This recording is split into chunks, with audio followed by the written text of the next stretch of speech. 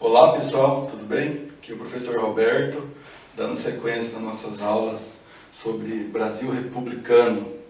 Hoje, na aula do conteúdo do Brasil republicano, vamos falar da Era Vargas, especificamente da Revolução de 1930.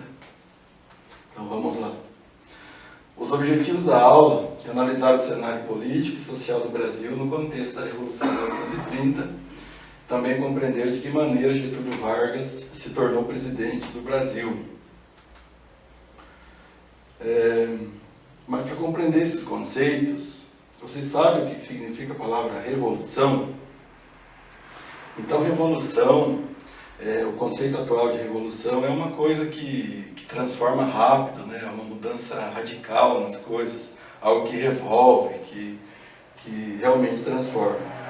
Eu trouxe para vocês aqui a imagem da Bastilha, que é um símbolo de revolução, a Revolução Francesa, que marcou a mudança da idade moderna para a idade contemporânea, é o grande símbolo de revolução, né? Mas tem outros significados de revolução.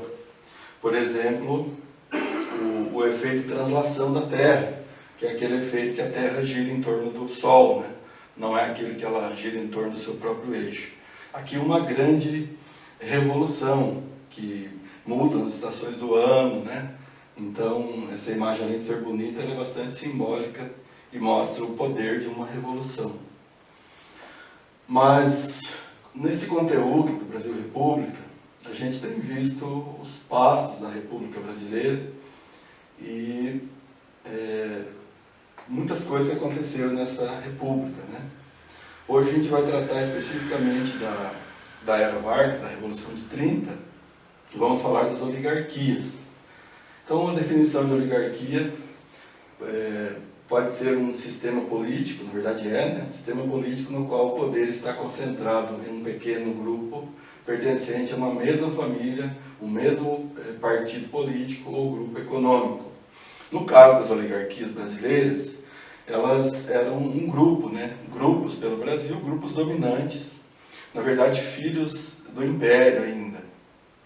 Quando começa a República Brasileira, as pessoas esperam que a República transforme suas vidas, né? A coisa pública, a coisa de todo mundo, mas na prática o Brasil continuou com os velhos costumes, um Brasil de poucos, né? E essas oligarquias se desenvolveram no Brasil afora, ao longo do Império e também no início da República. No caso aqui, as oligarquias do Centro-Sul estavam muito poderosas. Centro-Sul seria a região de São Paulo, Minas, Rio de Janeiro, Espírito Santo, e essas estavam dominando o Brasil numa política conhecida como política do café com leite. Ora São Paulo mandava, São Paulo café, ora Minas.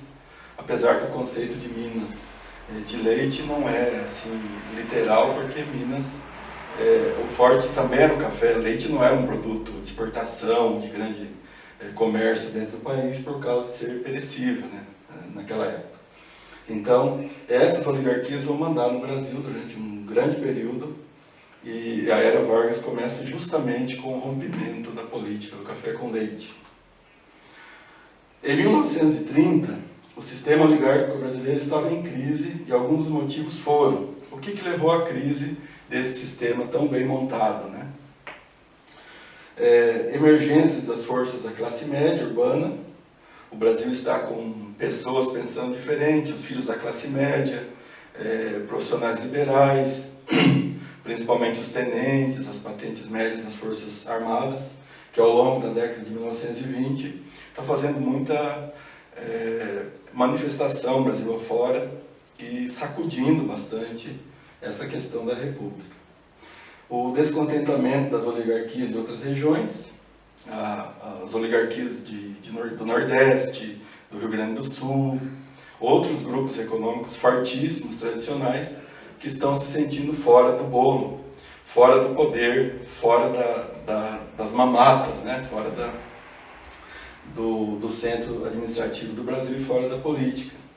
E finalmente a crise de 1929, esse foi o abalo global, mas o Brasil foi muito atingido com a crise de 1929, sobretudo a partir da oficialização da queda da Bolsa de Valores de Nova York, cujo grande produto brasileiro é o café. dependíamos muito da agroexportação, e o café foi um desastre para o Brasil, porque essas oligarquias que faziam parte do poder, de baixo em cima, de cima embaixo, né, essa política de manter o poder, os oligarcas eram protegidos por uma lei. O Tratado de Taubaté de 1906 estabelecia que o governo compraria todo o café, não importando o preço, ele garantiria o preço mínimo.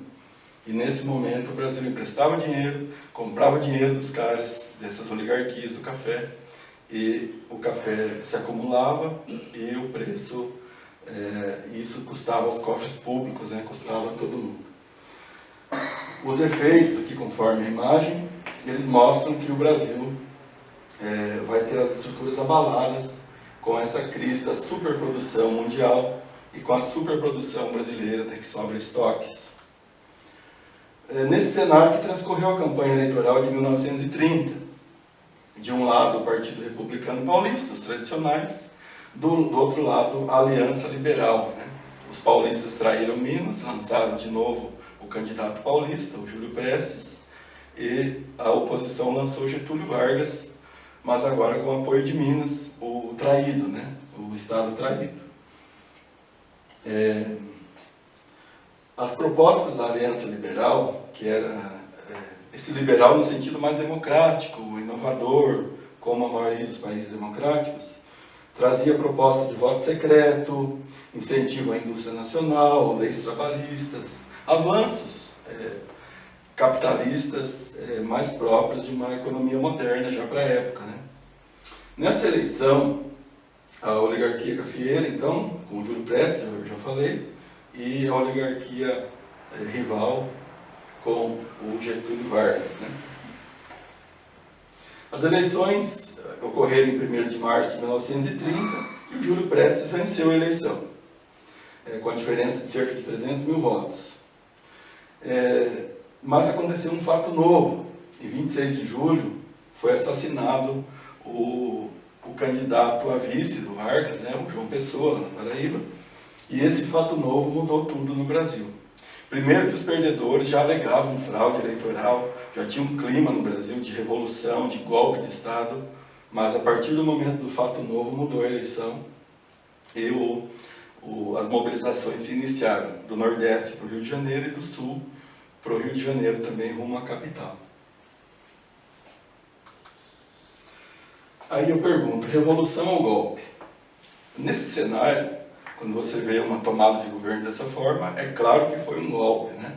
Vamos ler aqui para entender melhor. Grosso modo, o que é golpe? Golpe de Estado pode ser definido como o ato de derrubar um chefe de Estado legitimamente empossado. Na Revolução de 30, Getúlio Vargas liderou uma marcha com apoiadores partindo do Rio de Janeiro em direção do Rio Grande do Sul, em direção ao Rio de Janeiro, dispostos a derrubar o governo. Mas antes que chegasse à capital, uma junta militar derrubou Washington Luiz e entregou o poder provisório a Getúlio Vargas. Washington Luiz é o presidente na época.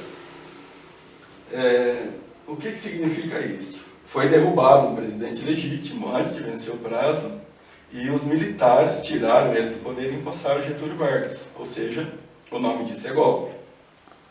Mas o fato revolucionário foi tão grande, tão transformador nessa eleição, nesse ato, que ele sobrepõe o golpe, porque foi uma revolução, foi fantástica a Revolução de 30. O Brasil se transformou da água para o vinho. O Vargas não eliminou as elites rurais, mas ele deu condições para o Brasil também se industrializar. O Brasil avançou muito com o Vargas. Nas próximas aulas a gente vai ver que teve muitos problemas com Vargas, ditadura, uma série de coisas, mas ninguém pode negar a nova cara de Brasil que ele deu para esse Estado.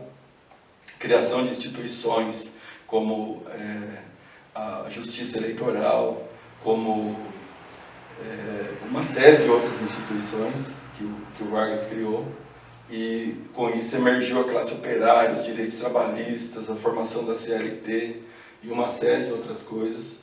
Então foi uma grande revolução, revolveu coisas intrínsecas que estavam no Brasil. Ele tomou atitudes radicais, como nomear interventores, né? No caso do Paraná, ele nomeia o Manuel Ribas, faz uma transformação nos estados também, então significou uma grande revolução, essa revolução de 1930. Bom, pessoal, lá no mural do Google Classroom, eu deixei lá nossa atividade, como de costume, e nós vamos trabalhar por lá. Vocês vão ler o conteúdo, vão ver as fontes, que eu deixei algumas aqui, vão procurar outras fontes, pode ser na internet, e na próxima aula a gente vai discutir no modelo de sala de aula invertida, que a gente vai interagir, vai discutir como sempre, e vamos aproveitar e vamos desenvolver bem o conhecimento a partir desse conteúdo. Valeu!